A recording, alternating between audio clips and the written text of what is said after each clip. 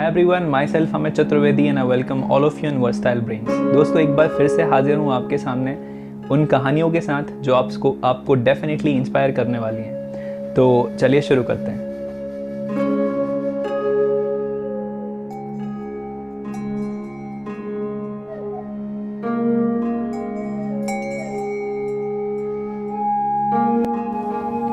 अगर करियर के point of view से देखा जाए तो इंडिया में 3 आईज का कोई मुकाबला नहीं है, IIT, IIM और IAS। लेकिन इन तीनों में IAS का रुतबा सबसे अधिक है। हर साल लाखों परीक्षार्थी IAS ऑफिसर बनने की चाह में सिविल सर्विसेज का एग्ज़ाम देते हैं, पर इनमें से 0.025% से कम लोग IAS ऑफिसर बन पाते हैं। अब आप आसानी से अंदाज़ा लगा सकते हैं कि IAS बनना कितना मुश्किल काम है, और ऐसे में जो कोई भी इस एग्ज़ाम को क्लियर करता है उसके लिए अपने आप ही मन में एक अलग इमेज बन जाती है। और जब ऐसा करने वाला किसी बहुत ही साधारण बैकग्राउंड से हो तो उसके लिए मन में और भी रिस्पेक्ट आना स्वाभाविक है। दोस्तों, ये कहानी है गोविंद जायसवाल की। गोविंद के पिता एक रिक्शा चालक थे। बनारस की तंग गलियों में एक 12 बाय 8 के किराए के कमरे में रहने वाला गोविंद का परिवार बड़ी मुश्किल से अपना गुजारा कर पाता था। ऊपर से ये कमरा ऐसी जगह था जहां शोरगुल की कोई कमी नहीं थी। अगल बगल मौजूद फैक्ट्रियों और जनरेटरों के शोर में एक दूसरे से बात करना भी मुश्किल था।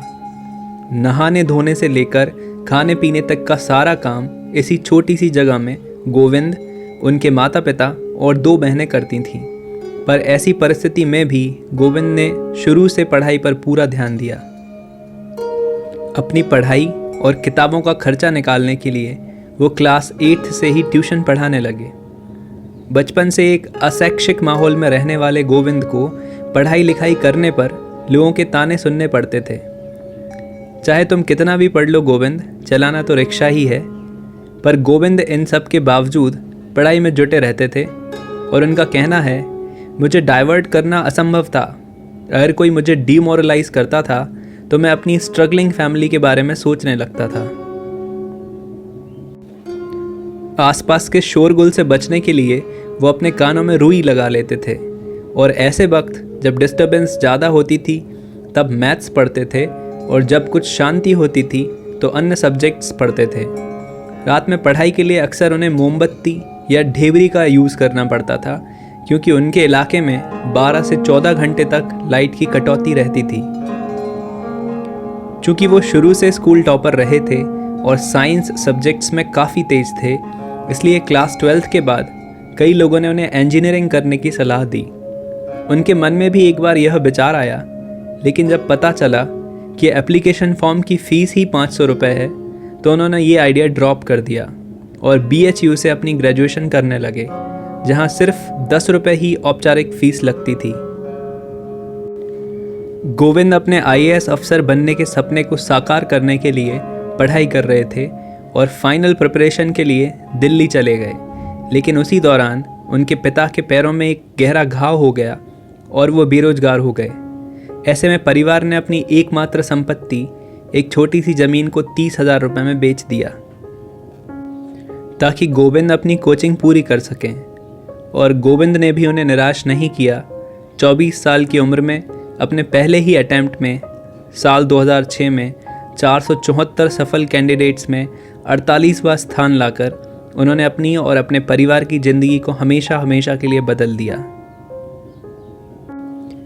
मैथ्स पर कमांड होने के बावजूद भी उन्होंने मेंस के लिए फ़िलॉसफी और हिस्ट्री चूज़ किया और प्रारंभ में इनका अध्ययन किया। उनका कहना है कि इस दुनिया में कोई भी सब्जेक्ट कठिन नहीं है, बस आपके अंदर उसे क्रैक करने की विल पावर होनी चाहिए।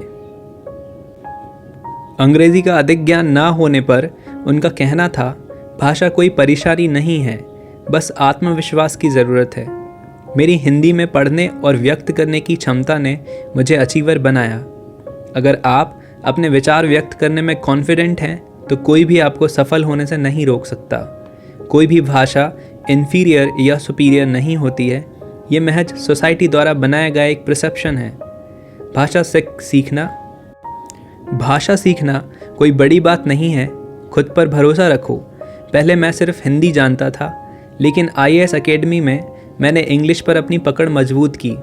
हमारी दुनिया हॉरिजॉन्टल है, ये तो लोगों का परसेप्शन है जो इसे वर्टिकल बनाता है, और वो किसी को इन्फीरियर तो किसी को सुपीरियर बना देते हैं। गोविंद की यह सफलता यह दर्शाती है कि कितने ही अभाव क्यों ना हों, यदि फर्म डिटर्मिनेशन और हार्डवर्क से कोई अपने लक्ष्य प्राप्ति में जुट जाए तो उसे सफलता ज़रूर मिलती है। आज उन्हें IAS ऑफिसर बने 5 साल हो चुके हैं, पर उनके संघर्ष की कहानी हमेशा हमें प्रेरित करती रहेगी।